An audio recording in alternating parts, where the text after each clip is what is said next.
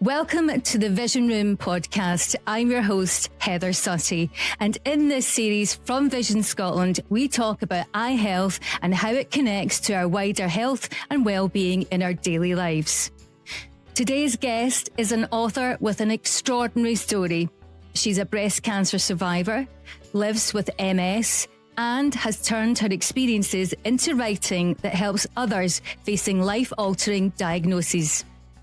Dr Gillian Shirreffs' debut novel raised more than £33,000 for Beats and Cancer charity, and her epistolary work, Elephant, offers a deeply personal account of her breast cancer diagnosis, written to support others going through a similar experience.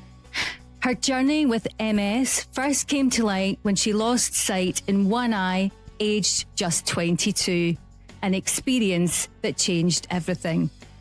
Today, we'll talk about resilience, writing, and what it means to face uncertainty when your health and your vision suddenly changes.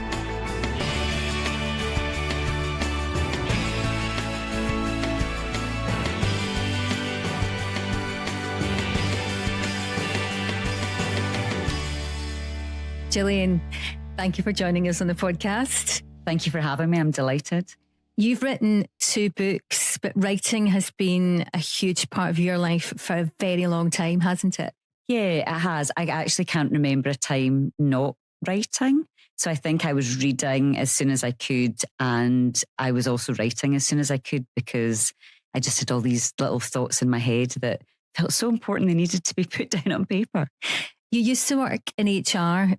What made you decide to transition to becoming a full-time writer?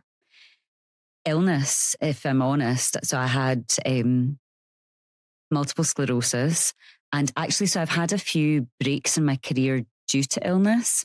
And the first one was a big episode of multiple sclerosis when I was 37. And at that point, I was actually teaching English because I had a very exciting career in HR and had always wanted to teach, but I wanted to be a big grown-up woman before I taught. I felt I was going to be able to give more to the kids. Mm-hmm. I always wanted to teach English. So I was working all over the world with my HR job, and then decided now was the time. If I didn't do it in my mid-30s, I never would.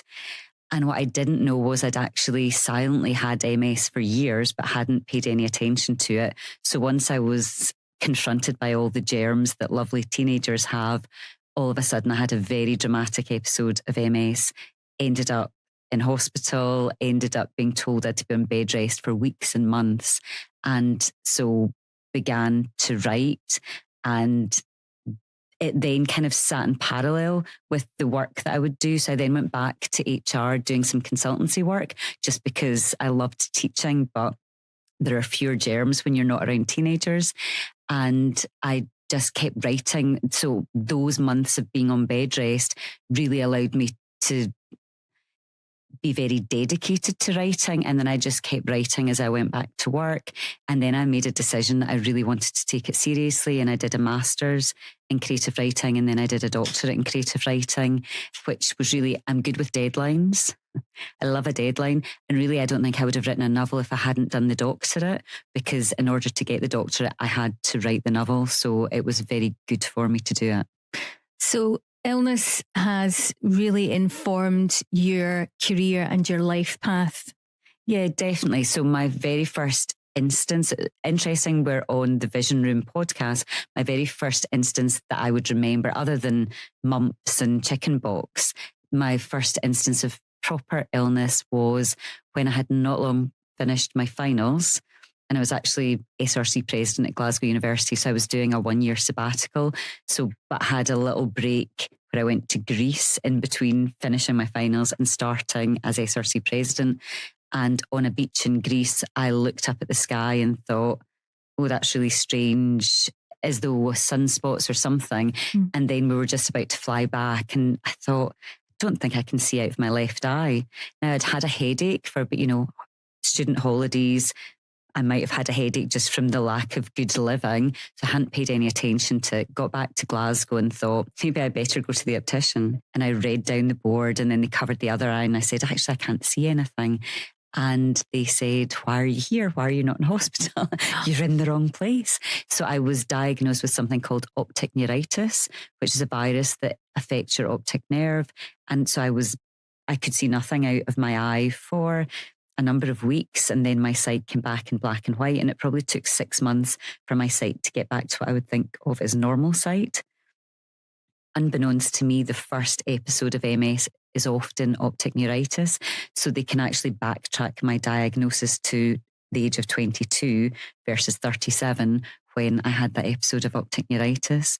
And that was an interesting thing, to go from thinking that you could do anything, be anyone, having the time of your life, to be stopped in your tracks by an illness, in my case, by losing my vision. I mean, what I've learned very quickly is you can see with the other eye, and all it does is affect like your centre of vision. Mm-hmm. So I would sometimes walk into a door or walk into a lamppost, which everyone else thought was funny because my centre of vision was off. Mm-hmm. And I wore a pink pirate patch for a while, which was a wee bit embarrassing because they wanted me to rest the eye that was affected. But yeah, so illness has kind of been part of my life since then, to a greater or lesser extent. And I think I've always just approached it in that same way of showing up at the optician instead of the hospital. I've always kind of minimised and thought, oh, it'll be nothing. So if I was going to give anyone any advice, it would be take your body a wee bit more seriously than I tend to do. And particularly when it comes to your vision? Yes. Yeah, absolutely. I mean, the headache was the first sign of that. I was in Greece, so I wasn't you were close on holiday, to. I was on holiday anyway. But yeah, if you get a bad headache behind one eye, you should probably, if it continues on, it's important to go and get anything like that checked. And having your regular vision checks, they always take. I'm not sure. Maybe they do the same with everyone, but I always feel they take a wee bit more care just because of the history that I have, to really make sure that they know that there's nothing else going on with my eyes. For anyone who doesn't fully understand the implications of living with multiple sclerosis, how would you describe your experience of this particular illness? Sorry, I'm not sure. I took a big pause there because I'm not exactly sure. For me, it's got a lot to do with sensory issues. So my eyesight was the first thing. So that's obviously a sense. And I've never had any motor issues with MS. It's always gone down. Sometimes your MS will go down a solely sensory path. So I will have numbness, altered sensation. I'll have neuropathic pain. So it's a very specific set of symptoms that I have. So MS is such an individual disease that people experience it differently. Mm-hmm. For me, it might mean that I'm not exactly sure where my body is in space, my sense of proprioception. So having a microphone in front of me just now is kind of interesting because I'm not exactly sure of distances between bits of my body. And so sometimes I feel a bit like I'm having a bit of an out-of-body experience. Mm-hmm. And it just makes the world around me feel a wee bit more alien, which I think when you're a fiction writer, I just kind of lean into the strangeness of it all. And when I was on that bed rest, I would be trying to write things that explained what my symptoms felt like. So the numbness is the word we would have for it, but it's not an absence of feeling. It's like you go to the dentist and they numb your gum in order to give you some dental treatment, and it actually feels like you've got much more feeling where they numbed. You actually feel your cheek feels huge, and that's what my body often felt like I had a Michelin Man suit on, and it also felt like the world was touching me, that I wasn't touching the world. That was the altered sensation I had. But I think as this little child who's always been reading and writing and pretty much believes in fairies and giants and so forth, and probably do think they're real, I think for me, I leaned into the strangeness of it, and it gave me an outlet for creativity, which is great. Your debut novel, The Brilliant Brodie, is inspired by your love of Muriel Spark. Why did you decide to donate the profits of your debut novel to Beatson Cancer Charity? I was diagnosed with breast cancer between finishing my doctorate and moving on with the rest of my life. I had just finished the doctorate. I had graduated, but it was in the time of COVID. Well, it was the summer of 2021. And it was great fun, actually, not in any way the COVID thing, but the fact that what they did is they didn't do graduations. Instead, they sent you your gown and your hood for a week. So I got to run about Glasgow in my gutties wearing this gown and hood. I really didn't want to send it back. I was devastated when I had to. But between that experience of graduating in absentia, or in the way that we did at that time, which was at a distance, and moving on and figuring out what I was going to do. I had an agent for Brodie. So Brodie was out in the world on submission, but I needed to be writing my next novel. I maybe needed to be applying to do postdoctoral work, which I was very interested in. And instead, coming out of the shower one morning, I felt a lump, and that started a very particular shift in my experience again, a shift in my life where very quickly I went to my GP, was sent to the breast clinic at Gartnavel, and discovered I had a type of breast cancer that's called HER2 positive breast cancer, which is an aggressive form that maybe about 15% of breast cancers are that particular type. And typically, because it's usually already moved out of the breast and into the lymph node, you start on chemotherapy. So again, my world was shifted and changed with an 18-month experience of diagnosis and treatment. And in the meantime, my beloved book Brodie was out going to publishers, and I would get back from chemo and I'd have a lovely email from my agent saying, oh, they absolutely love your writing. They love the style of Brodie, but it's a bit weird because it's narrated by an object. So they would be very interested in your next book. And I was thinking, well, that's great, but I'm going through cancer treatment, so I'm not really thinking about a next book at the moment. And in the meantime, while all that was happening, I was sitting being supported. I was sitting in what I called the chemo corridor. So I had 22 infusions of chemo. So I spent quite a lot of time going backwards and forwards, and would be sitting, waiting a lot, waiting for radiotherapy, waiting for surgery, waiting for chemotherapy. And you would see like a little poster up somewhere that would say someone was running a marathon, maybe one of the staff were running a marathon to raise money for Beats and Cancer Charity, because they do so much amazing work. So I had this thought in my head, if I ever get a publisher who actually is willing to take on my weird book, then I will give my author check to Beats and Cancer Charity. And I then had a panic. I got a publisher. Because when you say things like that to the universe gives you more than you ever wanted. And I got a publisher and then thought, what if Beats and Cancer Charity don't want to be associated with my weird book? There's one very awkward sex scene in it. It's like, oh, maybe this, my old HR person came out. It's like, maybe this will bring them in to distribute this very awkward sex scene. So I went and I met with the regional manager for fundraising, Charlene, who's amazing, and explained the situation to her and said, anyway, you'll probably just get £3. And she was like, look, we will love to be associated with your book. This is brilliant. You're someone who went through treatment. We're so grateful that you're going to do that.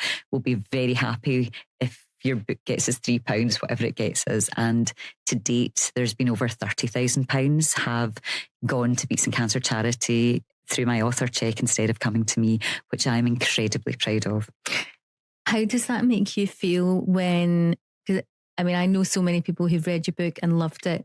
How does it feel when you receive feedback from people who've read your book? Do you know, it's lovely. People are very kind, and I avoid reading reviews because I think that way madness lies, because Brodie will not be for everybody. It is an unusual book in that it's narrated by a copy of The Prime of Miss Jean Brodie. It's a very particular type of book. I love it, but not everyone will. But I love when people will, like I've met people on Byers Road who've recognised me from a book event and come to tell me how much they love Brodie. I was actually at Beats and Cancer Charity's ladies' lunch yesterday, and 2 different people spoke to me about a different character in Brodie. So it was very odd that my character Laurel and a boy who never did his homework, James Laird, just happened to be part of that experience yesterday. So it is very strange. but lovely to be part. Do you know, I think when you're going through difficulties, it's very easy to feel isolated. It's very easy to feel lonely and alone.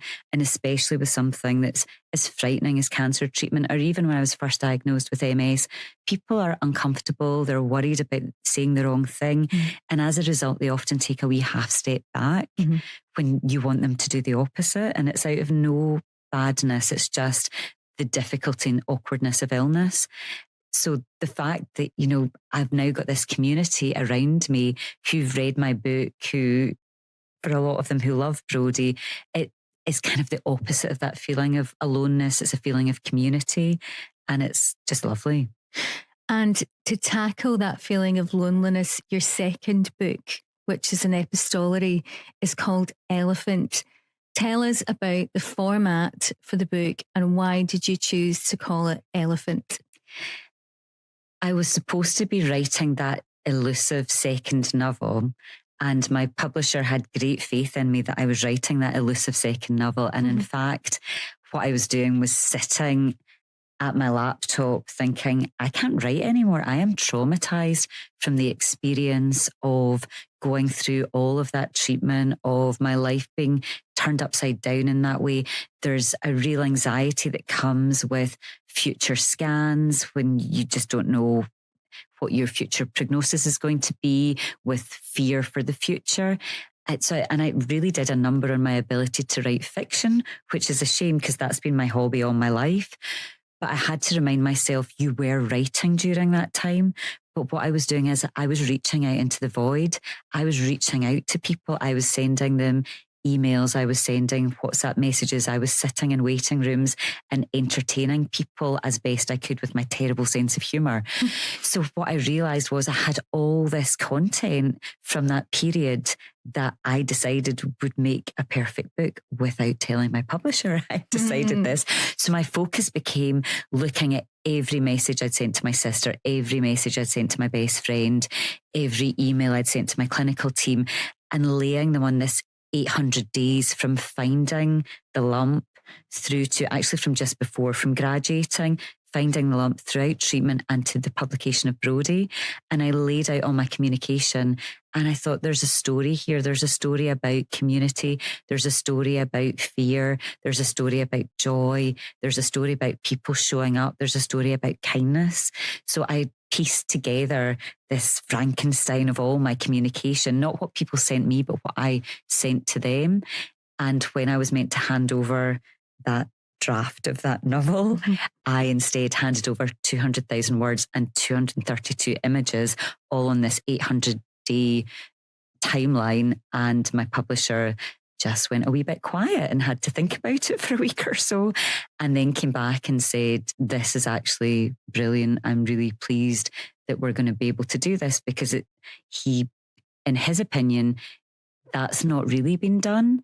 You get somebody reflecting back on the experience. You rarely get the actual words that were written in those waiting rooms after those difficult consultations. You rarely get the reality and the truth of that, because if I were to write about it now, I would write about it differently, because memory is a difficult thing. You know, you don't remember exactly. And when I was actually doing the editing for that and taking out, because he said, yeah, you can't have 200,000 words, you can have 60,000 words and far fewer images.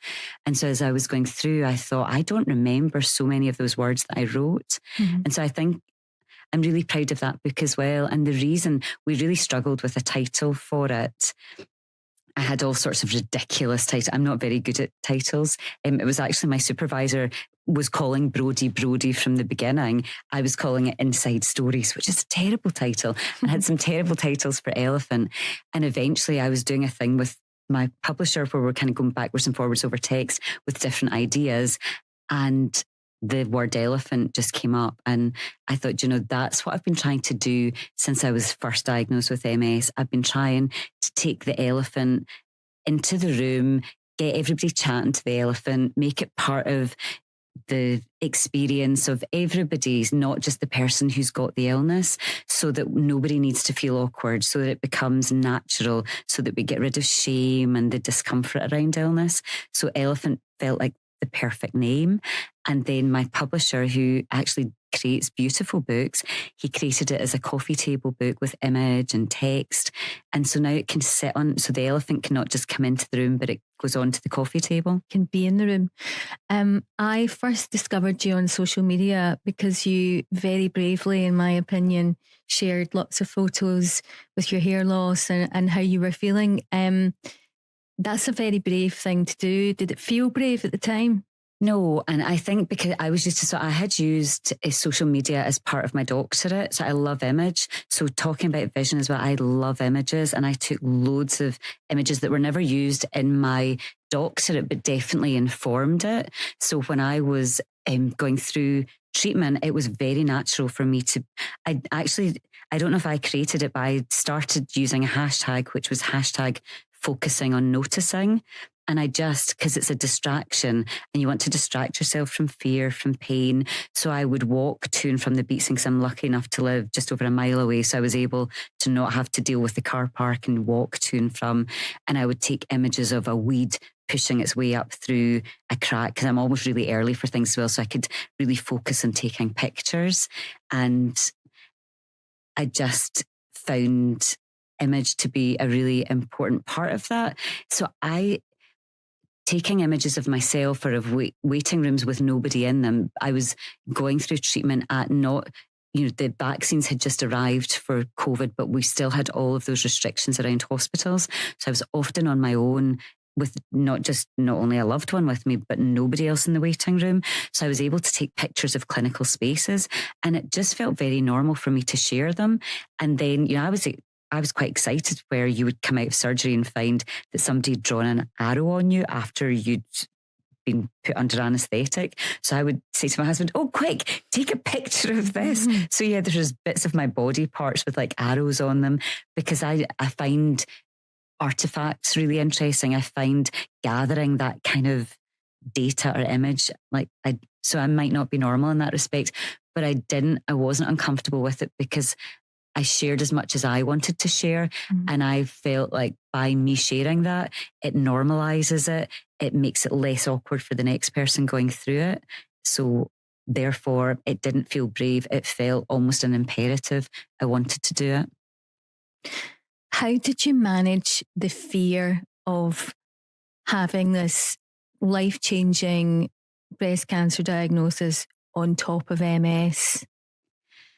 Yeah, I said I've got a terrible sense of humour. And the first thing, it was a surgeon who diagnosed me because that's usually the way it's a surgeon. And then because of my type of breast cancer, I was much more with the oncology people. But I started off this experience with my very amazing surgeon.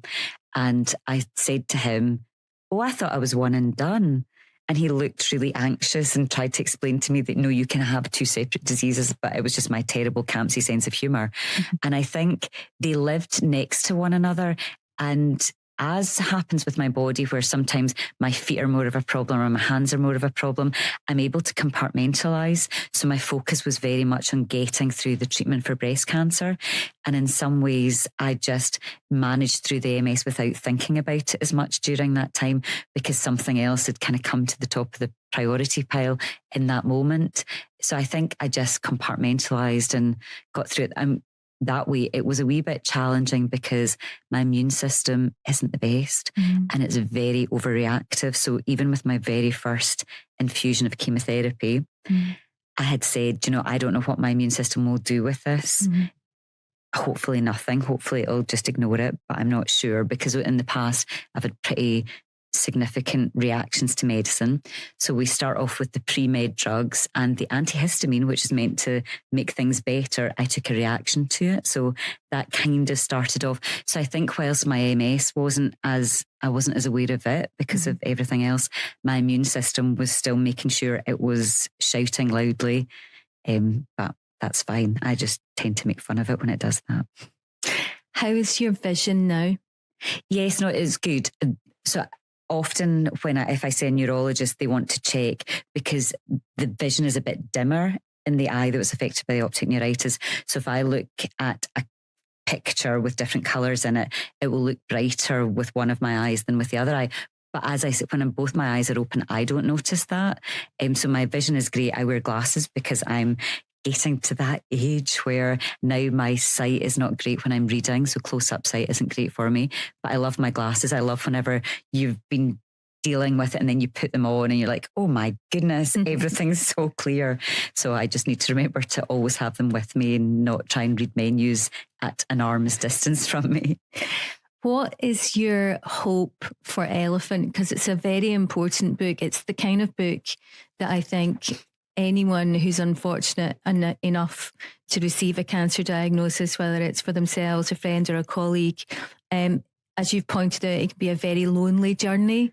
So what's your hope for Elephant? My hope is that Elephant helps to destigmatize the difficult disease that is cancer, that people feel awkward about. I mean, I did have experience of people leaping, not quite behind bushes, but seeing me in the street and panicking and pretending they hadn't seen me and turning away out of no badness, just they didn't know what to say. And so I kind of hope that those people, like, which is all of us, would maybe pick up a book like Elephant, have it sitting somewhere. It's maybe in a workplace and it's just sitting there and people get to see it, so they get desensitized to the illness and the awkwardness by reading Elephant. So it's almost maybe prehabilitation, which is when you prepare for something before it ever happens. You know, if I'd been able to read Elephant before, it would have calmed quite a lot of my fears. Again, I am very visual. I like to see what places are going to look like. I'd never seen what I call the chemo corridor. I'd never seen what it would look like when you went for radiotherapy. So I've got loads of pictures of those things. And I'd like to think that people would have a bit more confidence going through something they'd never experienced before, the unexpected, the unexplained, by seeing something up front.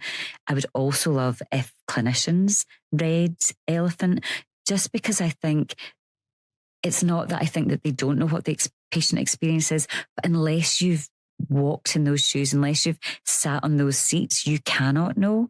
So friends I have who are clinicians have read Elephant, and it has changed slightly their approach because they now have a better understanding of what it is to sit in the waiting room before, you know, clinicians are very busy before you get into that waiting room. So they're not really thinking that you might have been there for 50 minutes and your anxiety might be so high by the time you see them, just because you've had so much time sitting your own to think. So I think that it's a book that maybe just gives a wee bit more understanding about clinical spaces and to clinicians, I hope. And my final question. Yes. What are you working on now?